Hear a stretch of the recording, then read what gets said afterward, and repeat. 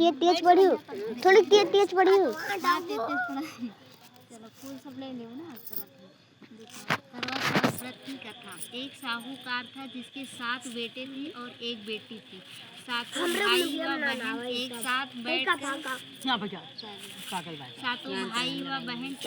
बैठकर भोजन करते थे। एक दिन कार्तिक की चौथ का व्रत आया तो भाई बोला कि बहन आओ भोजन करें। बहन बोली कि आज करवा चौथ का व्रत है, चांद उगने पर ही खाऊंगी। तब भाइयों ने सोचा कि चांद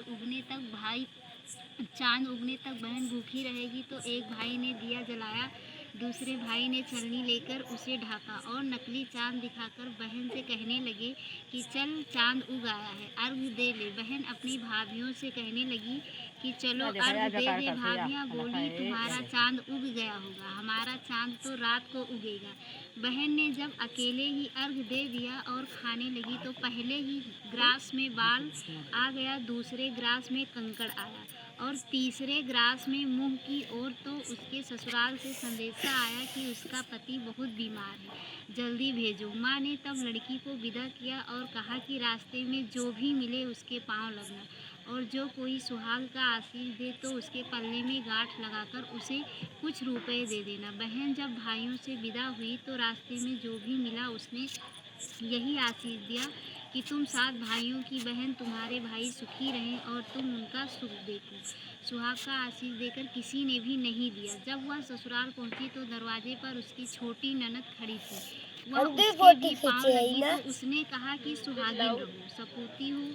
तो यह सुनकर पल्ले में गांठ बांधी और ननद को सोने का सिक्का दिया। तब भीतर गई तो सास ने कहा कि पति धरती पर पड़ा है, तो वह उसके पास जाकर उसकी सेवा करने लगी, बैठ गई। बाद में सास ने दासी के हाथ बची खुची रोटी भेज दी। इस प्रकार से समय बीतते गया। मृग सिंगार मार्गशीर्ष की चौथ आई तो चौथ माता बोली करवा ले और भाइयों की प्यारी करवा ली। लेकिन जब उसे चौथ माता नहीं दिखलाई दी तो वह बोली, हे माता, आपने मुझे उजाड़ा है तो आप ही मेरा उद्धार करोगी, आपको मेरा सुहाग देना पड़ेगा। तब उस चौथ माता ने बताया कि पौष की चौथ आएगी, वह मेरे से बड़ी है, उसे ही सब कहना, वही तुम्हारा सुहाग वापस कर देगी। पौष की चौथ आकर चली गई, माघ की चली गई, फागुन की चली गई, चैत बैसाख जेठ आषाढ़ और सावन भादों की सभी चौथ आई और यही कहकर चली गई कि आगे वाली को कहना कि असौज की चौथ आई तो उसने बताया कि तुम पर कार्तिक की चौथ नाराज है, उसी ने तुम्हारा सुहाग लिया है, वही वापस कर सकती है, वही आएंगी तो पाँव पकड़कर विनती करना। यह बताकर वह भी चली गई। जब कार्तिक की चौथ आई तो वह गुस्से में बोली कि भाइयों की प्यारी करवा ले और दिन में ही चांद उगा करवा ले, व्रत खंडन करने वाली करवा ले, भूखी करवा ले। तो यह सुनकर चांद उगनी करवा ले, व्रत खंडन। वह चौथ माता को देखकर उसके पांव पकड़कर गिड़गिड़ाने लगी, हे चौथ माता, मेरा सुहाग तुम्हारे हाथों में है, आप ही मुझे सुहागिन करें। तो माता बोली कि हे हत्यारिन, पांव पकड़कर क्यों बैठ गई? तब वह बोली कि जो मुझसे भूल हुई है उसे क्षमा कर दो, अब यह भूल नहीं करूँगी। तो चौथ माता ने प्रसन्न होकर आँखों से काजल, नाखूनों में से मेहंदी और टीके में से रोली लेकर छोटी उंगली से उसके आदमी पर छींटा दिया। वह उठकर बैठ गया और बोला कि आज मैं बहुत सोया। वह बोली, क्या सोए? मुझे तो 12 महीने हो गए, अब जाकर चौथ माता ने मेरा सुहाग लौटाया। तथा उसने कहा कि जल्दी से माता का पूजन करो। जब चौथ की कहानी सुनी, करवा का पूजन किया तो प्रसाद खाकर दोनों पति पत्नी चौपड़ खेलने बैठ गए। नीचे से दासी आई, उसने उन दोनों को चौपड़ में पासे से खेलते देखा तो उसने सासू जी को जाकर बताया। तब से सारे गांव में यह बात प्रसिद्ध हो गई और सभी स्त्रियां चौथ का व्रत करें तो सुहाग अटल रहेगा। जिस तरह से साहूकार की बेटी का सुहाग दिया, उसी तरह से चौथ माता सबको सुहागिन रखे। यही करवा चौथ के उपवास की सनातन महिमा है। करवा चौथ व्रत की दूसरी कथा। अति प्राचीन काल की बात है कि एक बार पांडु पुत्र अर्जुन तप करने के लिए नीलगिरी पर्वत पर चले गए थे। इधर पांडवों पर अनेक मुसीबतें पहले से ही थी। इससे द्रौपदी ने शोक विह्वल हो कृष्ण की आराधना की। कृष्ण उपस्थित हुए और पूछा, कहो क्या कष्ट है? प्रभु, द्रौपदी ने हाथ जोड़कर कहा, मुझे क्या कष्ट है, आप तो स्वयं जानते हैं, आप तो अंतर्यामी हैं, मुझे कष्टों के बोझ से विह्वल कर दिया है। कोई ऐसा उपाय है जिससे इन कष्टों से छुटकारा मिल सके? तुम्हारा प्रश्न अति उत्तम है। द्रौपदी कृष्ण मुस्कुराकर बोले, प्रभु फिर मुझ दुखी नारी का कष्ट दूर करने का उपाय बताइए। द्रौपदी ने पूछा, यही प्रश्न एक बार पार्वती जी ने शिव जी से कर दिया था। तब श्री शिव जी ने करवा चौथ का विधान बताया था। फिर प्रभु करवा चौथ की जानकारी मुझसे भी दीजिए और उसकी कथा कहिए। तब कृष्ण ने एक पल सोचने के बाद कहा, दुख सुख जो सांसारिक माना जाता है, प्राणी उसी में सदा लिप्त रहता है। मैं तुम्हें अति उत्तम करवा चौथ व्रत की कथा सुनाता हूँ, इसे ध्यान से सुनो। प्राचीन काल में गुणी विद्वान धर्मपरायण एक ब्राह्मण रहता था। उसके 4 पुत्र थे तथा एक गुणवती सुशील पुत्री थी। पुत्री ने विवाहित होकर चतुर्थी का व्रत किया, किंतु चंद्रोदय से पूर्व ही उसे क्षुधा से बाध्य कर दिया, मतलब भूख से। क्षुधा माने भूख। इससे उसके स्नेही भाइयों ने छल से पीपल की आड़ में कृत्रिम चंद्रमा बनाकर दिखा दिया। लड़की ने अर्घ दे दिया, भोजन कर लिया। भोजन करते समय ही उसके पति की हृदय गति बंद हो गई। इससे दुखी होकर उसने अन्न जल त्याग दिया। उसी रात्रि में इंद्राणी भू विचरण करने वाली ब्राह्मण पुत्री ने उससे पूछा, अपने दुख का कारण पूछा। इंद्राणी ने बताया कि तुम्हें करवा चौथ व्रत में चंद्र दर्शन से पूर्व भोजन कर लिया था, यह कष्ट मिला है तभी।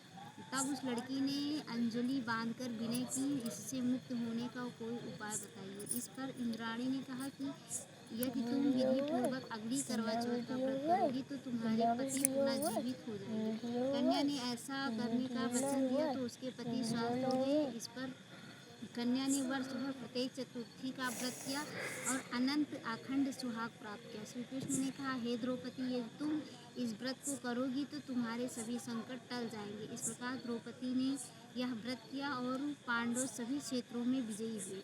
इसी प्रकार सौभाग्य पुत्र पुत्राज और धन धान्य की इच्छुक स्त्रियों को यह व्रत विधि पूर्वक करना चाहिए। इस व्रत में भगवान शंकर की आरती की जाती है। 4 अध्याय सब पढ़ा जा रहा है। तीसरा अध्याय। एक ब्राह्मण परिवार में 7 बहुएं थी। 6 बहुओं के मायके वाले बहुत अमीर थे, इसी कारण ससुराल में उनका बड़ा मान था। परंतु छोटी के मायके में कोई न था। उसका घर का सारा काम काज करती थी, सबकी सेवा करती थी, पर उसे कोई भी उससे प्यार नहीं करता था। सभी दुत्कारते रहते थे। तीज त्योहार पर भी जब उसके मायके से कोई न आता तो वह बहुत दुखी होती थी। हर वर्ष की तरह इस वर्ष भी करवा चौथ का व्रत आया।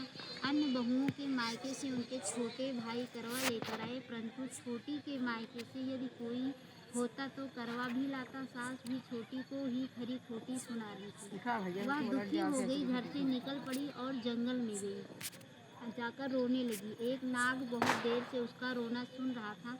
अंत में वह अपने बिल से निकल कर आया और छोटी बहू से पूछने लगा कि बेटी, क्या बात है, तुम रो क्यों रही हो? छोटी बहू बोली, आज करवा चौथ है, मेरे भाई नहीं है। यदि मेरा कोई भाई होता तो आज जरूर करवा लेकर आता।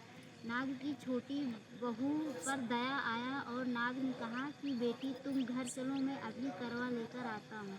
थोड़ी देर बाद नाग ससुराल पहुँचा। ससुराल वाले इतना सम्मान देकर चकित हो गए। सास भी प्रसन्न हो गई। सास ने प्रसन्न मन से छोटी बहू को नाग देवता के साथ भेज दिया। नाग देवता ने छोटी बहू को अपना सारा महल दिखाया और कहा, जितने दिन चाहो आराम से रहो, मन चाहा खाओ, मन चाहा पहनो, पर एक बात याद रखना, सामने रखी नाद पर कभी मत खेलना। छोटी बहू सारा समय महल में आराम से काटती, पर नाद के बारे में उसकी उत्सुकता बढ़ती जाती। एक दिन जब घर में कोई ना था तो उसने चांद को उठाकर देखा तो हजारों छोटे छोटे सांप के बच्चे इधर उधर रेंगने लगे। उसने जल्दी ही नाद ढक दी। जल्दी में एक सांप की पूंछ नाद के नीचे आकर कट गई। शाम को नाग के आने पर छोटी ने अपनी गलती स्वीकार कर ली। नाग ने भी उसे क्षमा कर दिया। जब छोटी ने ससुराल जाने की इच्छा की तो उसे धन रत्न आदि देकर विदा किया। छोटी ने ससुराल में अब उसकी बड़ी इज्जत होने लगी।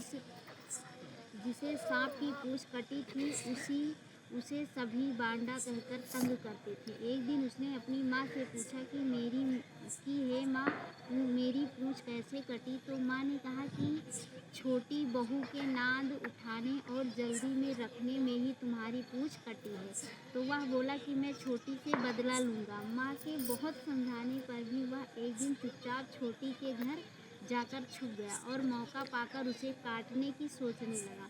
वही छोटी बहू और उसकी सास में किसी बात पर बहस हो रही थी। छोटी कसम खाकर कह रही थी कि मैंने ऐसा नहीं किया। वह कह रही थी कि मुझे बांडा कसम खा खाकर कहा कि मैंने ऐसा नहीं किया।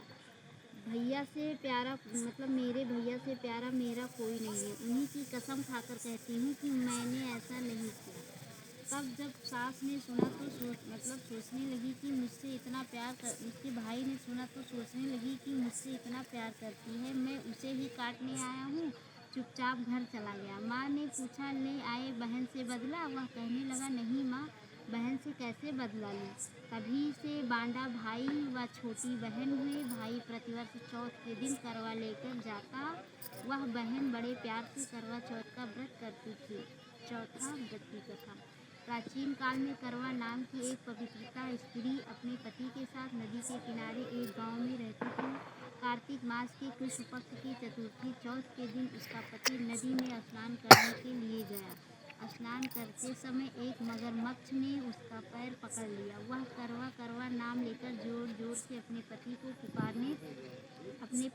पुकारने लगा। उसकी आवाज़ सुनकर उसकी पत्नी दौड़कर आई और उसने मगरमच्छ को कच्चे धागे से बांध दिया। मगरमच्छ को बांधकर वह यमराज के यहाँ पहुँची और यमराज से बोली कि हे भगवान, मगरमच्छ ने मेरे पति का पैर पकड़ लिया है, अतः पैर पकड़ने के अपराध में आप श्राप देकर नष्ट कर दो। मैं उसे श्राप देकर नष्ट कर दूँगी। यह सुनकर यमराज डर गए और उस पवित्रता स्त्री करवा चौथ के साथ जाकर मगरमच्छ को उन्होंने यमपुरी भेज दिया और करवा के पति को दीर्घ आयु प्रदान की। उसी दिन से यह करवा चौथ मनाई जाती है और सुहागिन स्त्रियों के द्वारा व्रत रखा जाता है। हे करवा माता, जैसे तुमने अपने पति की रक्षा की, वैसे ही सबके पतियों की रक्षा करना। अब फूल चढ़ा दीजिए।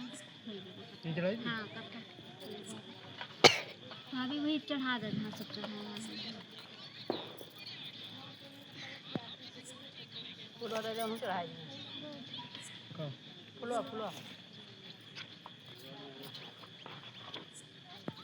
थोड़े रहो,